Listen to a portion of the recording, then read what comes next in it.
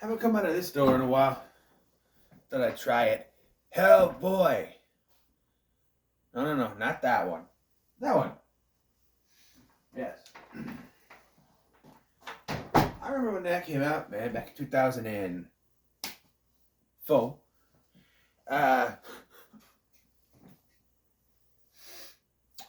uh, um, okay, I'm sorry. I gotta show you this. I'm sorry, Brian. I was watching Brian Lomax's review of this movie, and I paused it. See it? It's kind of there. See? It's in a mid sentence, so it's like he's puckering up. Anyway, so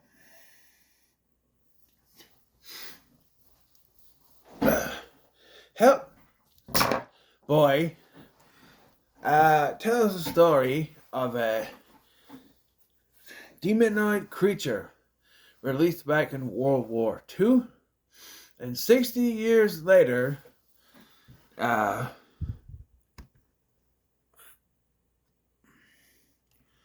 villain, Rasputin, Russian's favorite love machine, is come back to finish what he started. So there's a lot of things in this movie. So I've seen this. I've seen the sequel. The sequel, it's been a long time since I've seen either of these. So this was fun to go back and we watched this. There's a lot with this pick. These picks. It's either been a long time since I've seen them or I've never seen them. So, you know. So, we started in World War II, 1944 to be precise, because it came out in 2004.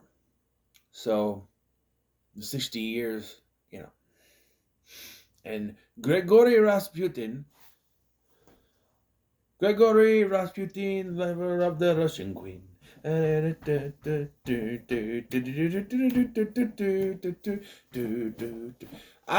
gonna put it in writing somewhere that every portrayal of Rasputin from now on has to have that song accompanying him. Like, where is the boss? Where is he? Door bursts open. Rah rah rah.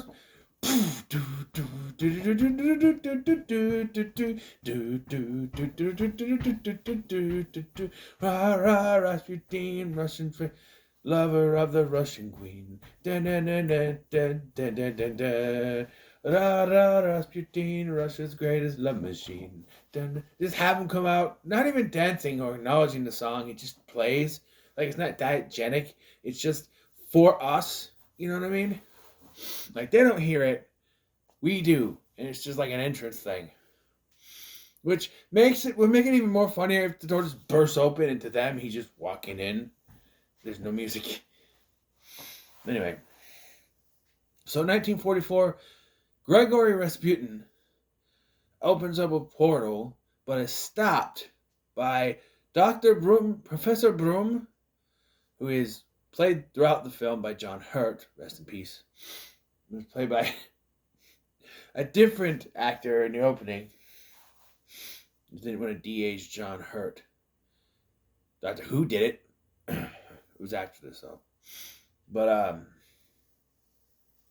so, they thwart Rasputin, and they find that a creature, a little red demon with a big red right hand, which a cover of it does play in this movie. I was shocked, but is around, and so Professor Broom,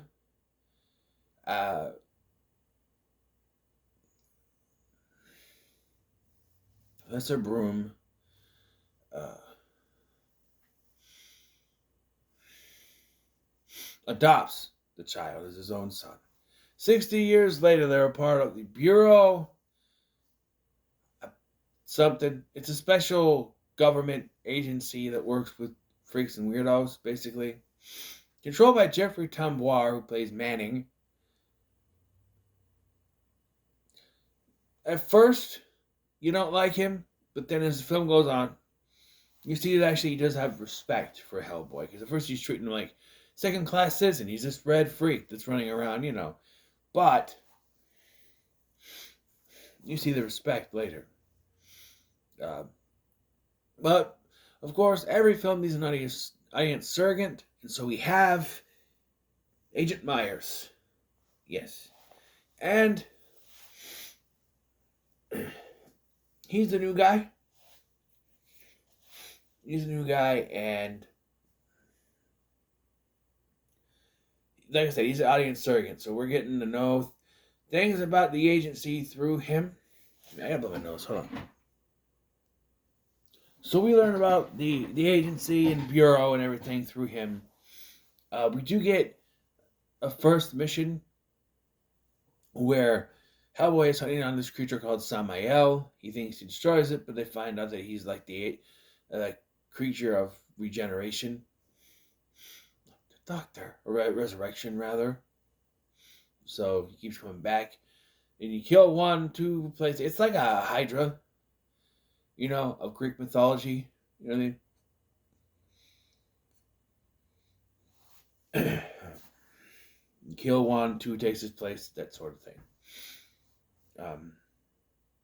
So the main plot of this villain is kind of slow going. We get to learn stuff about Hellboy's personal life with the introduction of Liz.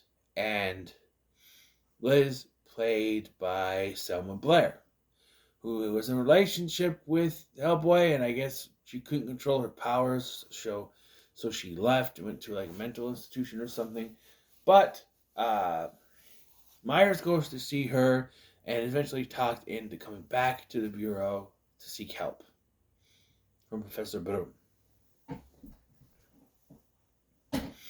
And this becomes a distraction for Hellboy. And I wonder, because it's not in this version, but I wonder if Del Toro ever thought of making Myers one of the villains. An interesting thought crossed my mind during this. There's a scene where Myers takes Liz out for coffee. Because, Hellboy, he can't be seen in public because he's all red and stuff.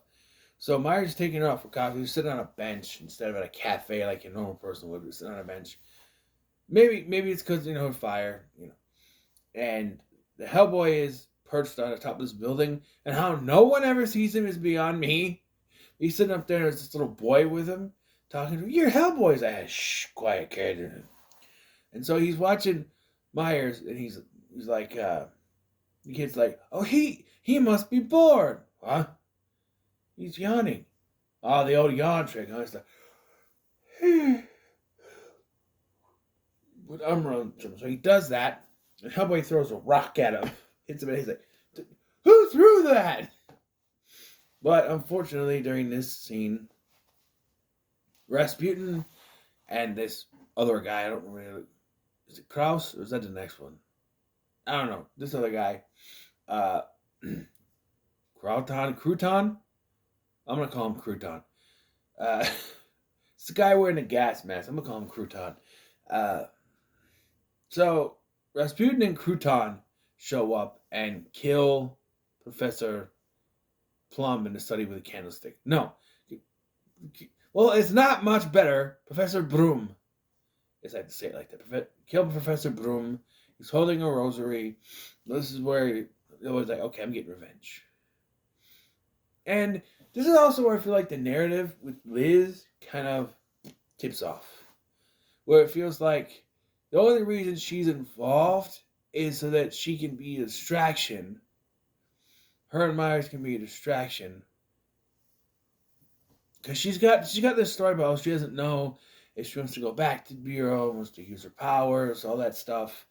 But as soon as Broom dies, it's like, okay, we're done with that story, and she's back. There's no more conflict. She's just there. And I know revenge is a great motivator, but it just seems like all they needed her for was to distract Hellboy so we can get Broom's death scene. And now that's done. Well, we don't need this anymore. it does come full circle. They do kiss and make up and all that stuff. Fine.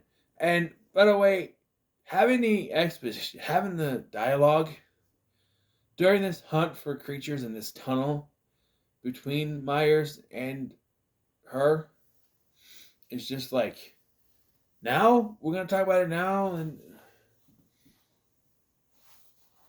she doesn't really give a definitive answer, and she ends up with Hellboy anyway. But CGI. The CGI sometimes looks good and sometimes looks bad. Big giant tentacle creatures, good. Little Hellboy baby, not good. Big giant Hellboy with big horns, good. Big giant monster at the end, is okay. um, and here's my complaint.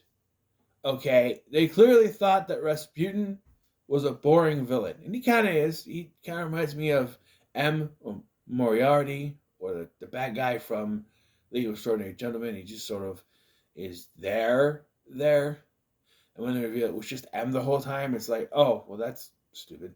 But here, he's talking. He's Gregory Rasputin. Instill fear, for God's sake. Play the song. Rah, rah, Rasputin. But no. Also, you can play. So, for the climax, because Rasputin by himself is just a boring villain, they have him turn into this giant-ass creature. The Hellboy fights. Okay. It's fine. It's a little... like, oh, we have a warring villain. We need something for him to fight. And so giant. Maybe it's from the comics. I don't know. I never heard of Rasputin turning into a giant Cthulhu. For lack of a better term. Hey, shut up. Yeah, I don't know. It's an interesting way to go. And yeah, like I said, there's that moment. It's before this. After they think they've won. But before he does the thing, it's when they walk in and they kill Crouton, and he goes to light a cigar with a lighter, and he can't light it. And you got Tambour going, no, you don't light that. You light with a match. Saves the flavor. You're like, thanks. Like that's the moment of respect between those two. And then Jeffrey Tambor disappears for the rest of the movie. But yeah, so you get this whole thing. It's between him and he's lured in to put his hand in the thing, right? And to creating this something like an evil something is going to come through the portal, right? His horns grow back, but he snaps out of it because of Liz, and then that's when Rasputin's like, okay, I'm turned to lizard now. I don't know. Dancing. I say lizard. It's not a lizard. It's a tentacle monster. Whatever. Yeah. I like the way the film looks. It's very Del Toro-ish. I can't say I'm an actual big fan of Del Toro's. This is probably the only one of his movies I actually really, really liked. Haven't seen any other ones like Pan's Labyrinth or Shape of Water or anything. Or Dante's Peak or whatever it's called.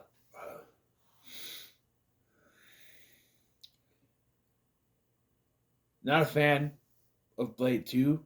I've expressed that. I think it's just meh to me. I don't like the villains in that movie. But everybody seems to praise that movie, and I don't get it. It's boring. It's nothing. I don't know. This is going to be pretty good. Ron Perlman will forever be Hellboy for me. I think he's good at it. Nothing against David Harbour. I haven't seen that movie yet, but I've seen the trailers, and just from that trailer that they aired, and it's like, I feel like nowadays, like, when someone complains that a movie's not rated R when it should be, then the next time they do a movie in that franchise, they have to over advertise that it's like they have to over explain to us that it's gonna be rated R. So, like with Expendables 4, like the main focus of the trailer is that it was gonna be rated R because one of the big complaints of the third one is that it wasn't rated R. By the way, Expendables 4 was not one of the worst movies of last year. So shut up about it. I've seen it in every top 10 worst list from last year, and I don't fucking get it. It's not a bad movie. Why is everyone hating on it? There were so many movies that I was shocked when I watched people's worst of the year, and there were like 3 or 4 movies, and I'm like, what? No, they're definitely worse than that. You know? I mean, I gather. I don't know, but like, that's one of them. And Ant-Man and the Wasp: Quantumania? Why? What the? I, why? You really said Shazam for the gods. I'm not. Yeah, wasn't terrible, but I don't know. But yeah, so like the trailers for the Hellboy reboot overemphasized the fact that it was going to be rated R by having the hour swear up and down in that movie in that trailer. But the trailer didn't really work for me because they were also trying to show the humor, and the humor fell flat for me. I was like, oh, I don't know. Add on to the fact that, this Hellboy has a signature little ponytail in the back, and they were going, he's just going to have it down.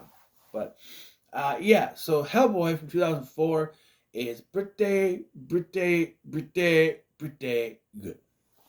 So, what are your thoughts on Hellboy? Know in the comments below. Make sure to like, share, and subscribe. Thank you for watching. I was Scotty, and I'll see you in the next one.